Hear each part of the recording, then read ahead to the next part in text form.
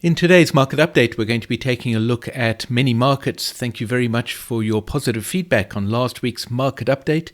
I am going to be using this format going ahead, where we are taking a quicker look at more markets in order to gain a picture of what is happening in the cycles in the financial markets around the world. So let's start with the S&P 500, and this is the analysis we've been tracking for many months. Here is the October 2023 trough, which you can see, according to this analysis, has been phased as a trough of the 40-week cycle. It is also possible that that is a trough of the 18-month cycle, but for now we are working on the basis that it is a trough of at least the 40-week cycle. Since that happened, we have of course had an 80-day cycle that formed a trough in early January. The next thing that is expected to happen to the S&P 500 is that it should form this 20-week cycle trough. Here is the nest of lows at the foot of the chart, which, as you can see, spreads over the rest of March. The reason that a nest of lows spreads like that is because of the principle of variation. Each one of these cycles is, of course, dynamic. The nest of lows is plotted on the basis of the recent wavelength of each one of these cycles, but we know that that wavelength is going to change. Now, the S&P 500, as you can see, has been moving upwards in a very narrow channel. This is a difficult situation for a cycle analyst because we need to position the troughs of the shorter cycles based on very little information.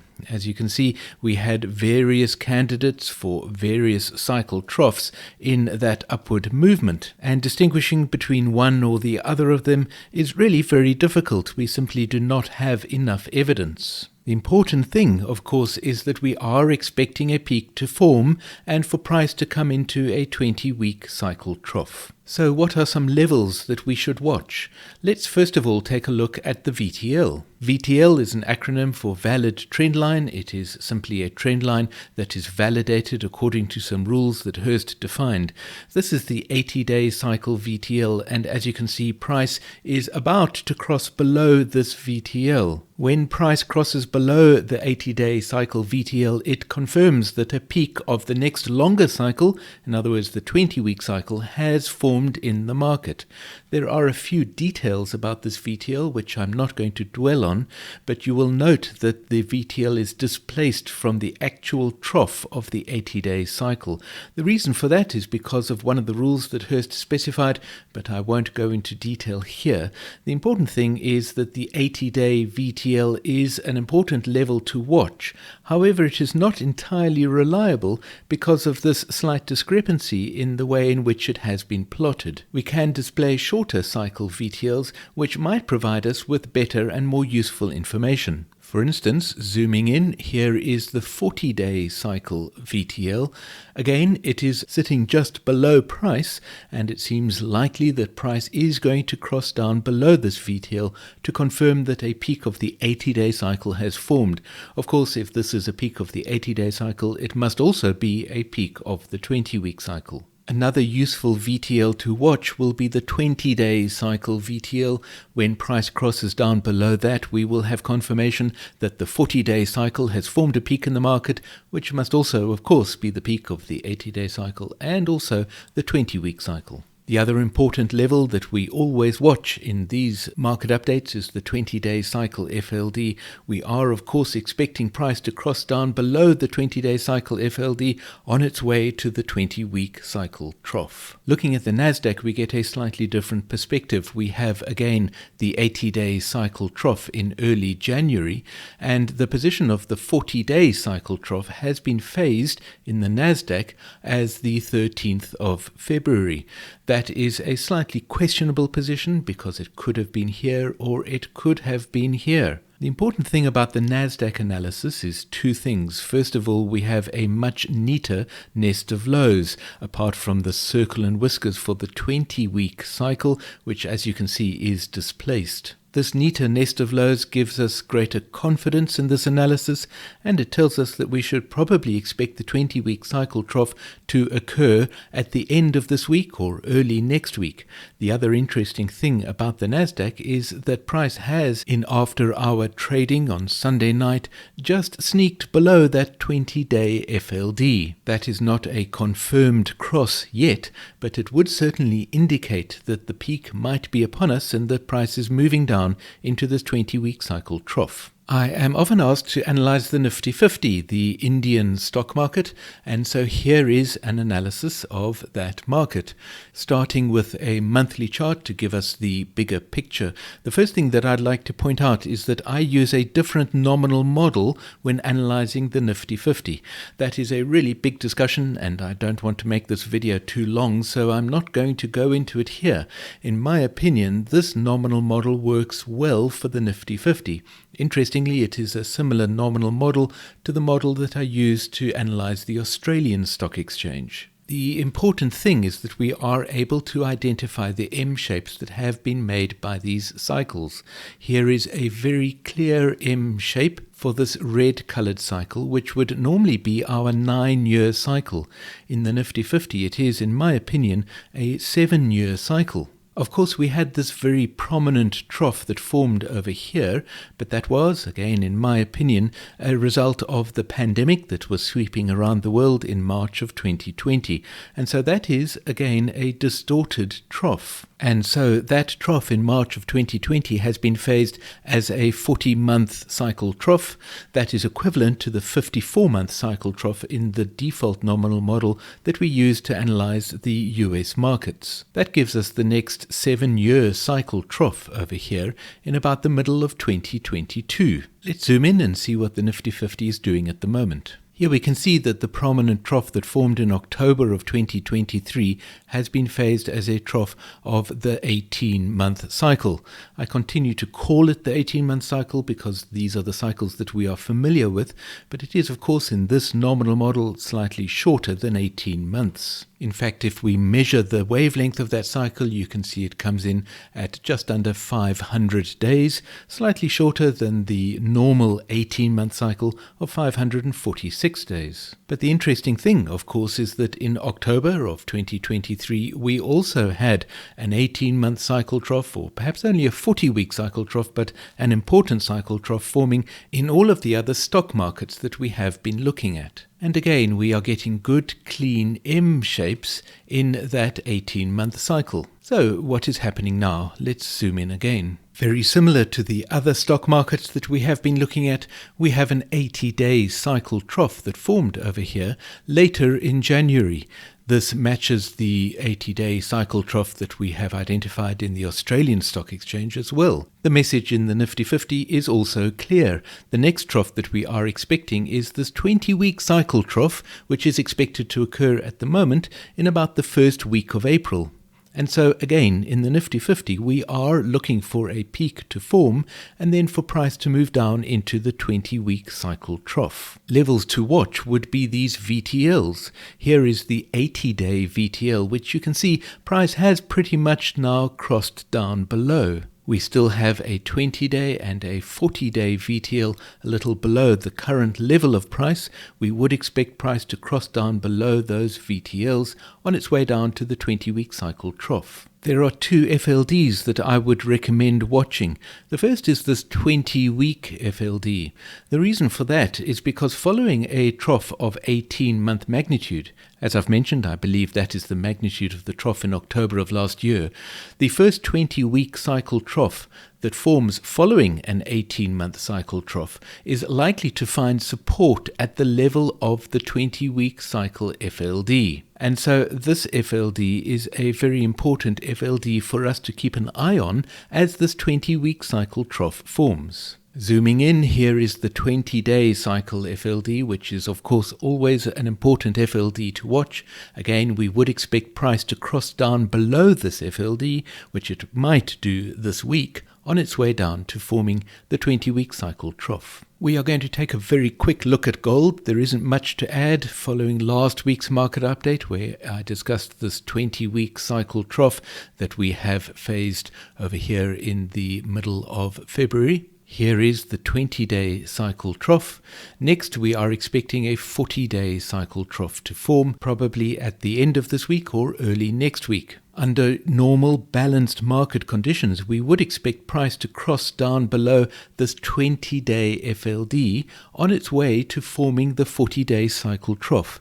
However, the important point is that this is not necessarily at the moment a balanced market.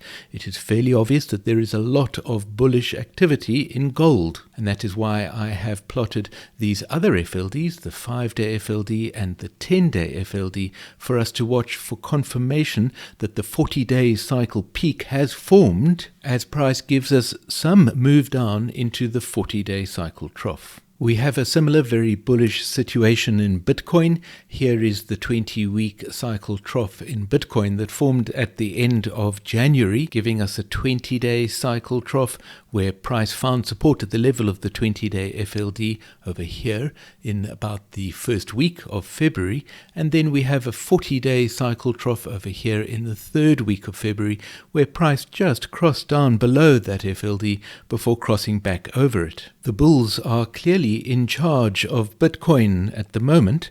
We are expecting an 80-day cycle trough to form over here in about the last week of March. But with this much bullish pressure, it would be foolish to wait for the down move into that 80-day cycle trough.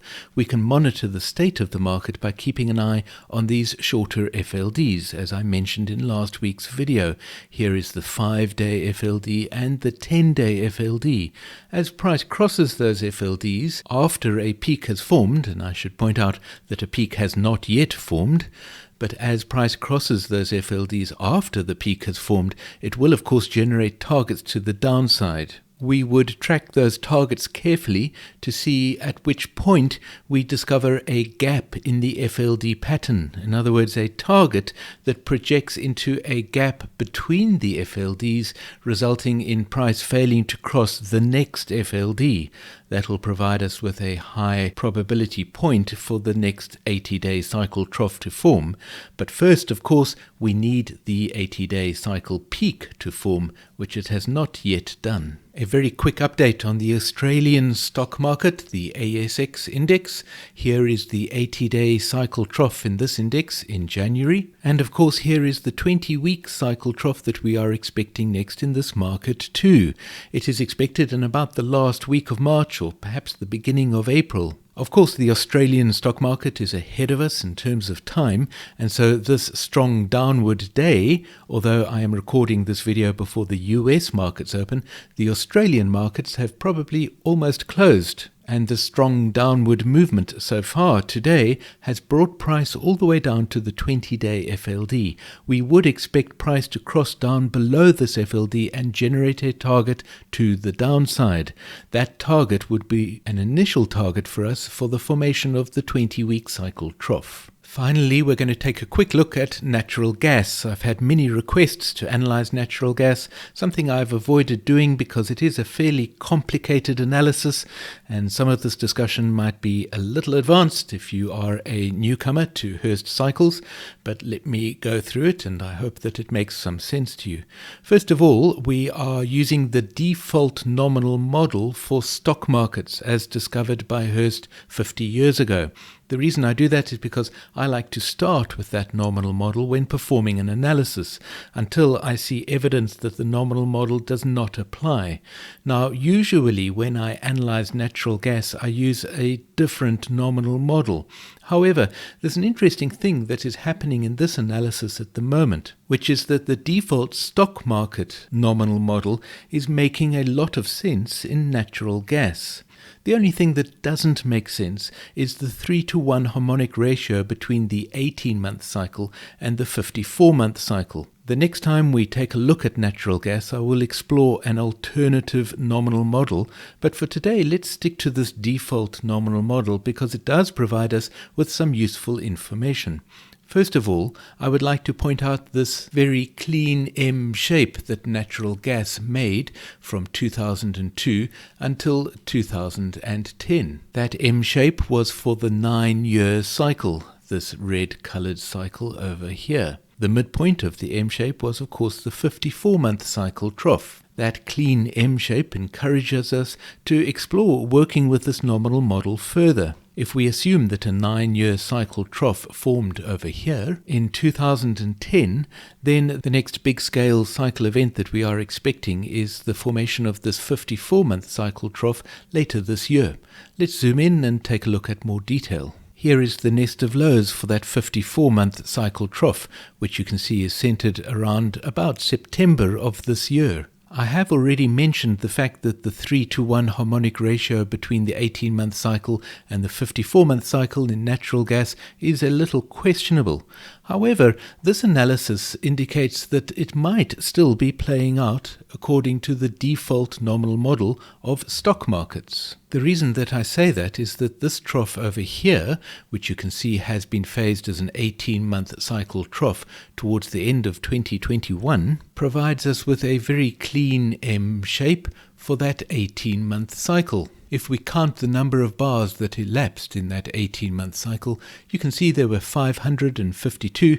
The average length of an 18-month cycle discovered by Hurst 50 years ago was 546 days. And so at 552 days, that is a very clean 18-month cycle that is working in natural gas. The next 18-month cycle is not quite such an accurate cycle length, but it does give us a fairly clean M shape for that 18-month cycle. And most importantly, we are seeing the typical move from a bullish cycle as the first 18-month cycle to a neutral or slightly bearish cycle for the second 18-month cycle, followed by, I'm sure you can tell me, an even more bearish 18-month cycle is expected now. So let's zoom in and consider the current 18-month cycle. One of the questions we always ask ourselves when a cycle trough forms in the market is the magnitude of that cycle trough correct?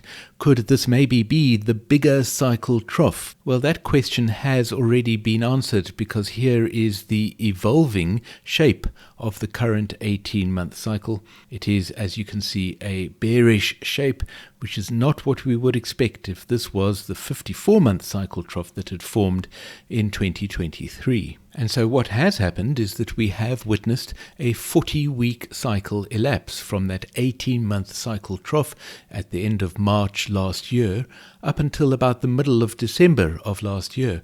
The length of that cycle was 260 days, close again to the average wavelength of the 40-week cycle, which is 272 days. And so that makes the middle of December last year trough very likely a 40-week cycle trough. That is not good news, however, for natural gas. Because of this M shape that must form, we have the first half of the M shape, and now the second half of the M shape needs to bring us down into the next 18-month cycle trough, which will also be a 54-month cycle trough, according to this analysis, in September or October of this year. As you can see, so far this has been a bearish move. The bad news presented by this analysis is that that bearish move is expected to continue down. All that we have experienced so far is the first 80-day cycle of the current 40-week cycle that started over here in the middle of December. We have a 20-week cycle trough looming ahead, and then of course we have the big trough in September or October of this year. Let's zoom in again and consider even greater detail. Here is the first 80-day cycle of the current 40-week cycle, which you can see has been phased below this point over here. This might be a better point for the position of that 80-day cycle. The reason for that is because the average wavelength of an 80-day cycle is 68 days. And you can see that at this bar over here on the 20th of February of this year, 69 days had elapsed. Of course, price dipped down to a slightly lower point on this day, on the 27th of February, which is why we have the 80-day cycle trough positioned below that price point. However, there has been a lot of news surrounding natural gas recently, and that is why we are seeing this slightly erratic price behavior. But you can see that the message of this analysis is fairly clear. We have a 20-week cycle trough looming ahead of us at the end of April or the beginning of May, and that will be the second part of this M shape. Now, the second part of this M shape is expected to be more bearish than the first part, indicating that we have lower prices ahead. Now, I know many people are wondering, could it be possible that this is in fact the low point of natural gas? That is the trough, and now we are going to see price breaking up above it. Must we really be holding on for these lower prices? There is a simple trick that we can perform in terms of watching our Hurst cycles analysis unfold to protect us against the danger that there is an error in this analysis and that this is in fact the big trough that we are expecting. Let me show you how it works. The first thing that we do is that we hide the longer cycles.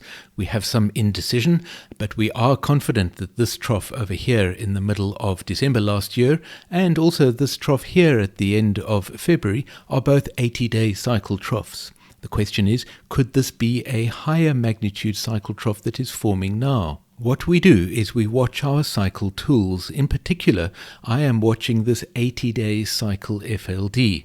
At this point, if the major trough lies ahead of us, as I expect it does, we would expect to see the FLD providing some resistance. In other words, price will struggle to get through this FLD. The other FLD that we will watch is our 20-day cycle FLD. Let me zoom in and explain why. Following a trough of 80-day magnitude, you've heard me say this often enough, price is expected to cross above the 20-day FLD, which it did. It will then generate a target to the upside. The exact target for this price cross was somewhere over here. Price then finds support at the level of the 20-day FLD at the time that the 20-day cycle trough forms.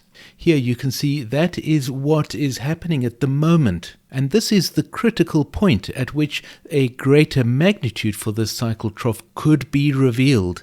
If price finds support at the level of the 20-day FLD, and we need to give it a little bit of room to breathe, but if it does find support, we might consider upgrading the magnitude of this cycle trough. And so the first thing that we need to do is witness how price reacts to the 20-day cycle FLD. So far it has crossed below it, as you can see, but it might be struggling to find some support there. The next thing we will watch for is what happens when price approaches the 80-day cycle FLD. If it succeeds in crossing up above that FLD, then we will certainly consider upgrading the magnitude of this cycle trough. I do hope you found this market update useful and interesting. If you have any questions, please put them in the comments below the video.